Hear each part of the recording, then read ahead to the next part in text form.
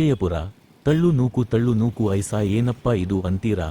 ಇದು ರಾಜ್ಯದಲ್ಲಿ ಶಕ್ತಿ ಯೋಜನೆಯ ಒಂದರ ಭಾಗವಾದ ಸಾರಿಗೆ ಇಲಾಖೆಯ ಅವ್ಯವಸ್ಥೆಯ ದೃಶ್ಯ. ರಾಜ್ಯದಲ್ಲಿ ಸಾರಿಗೆ ಇಲಾಖೆಯು ಉಚಿತ ಕೆಎಸ್ಆರ್ಟಿಸಿ ಬಸ್ಸುಗಳನ್ನು ತಳ್ಳುವುದು ಖಚಿತ.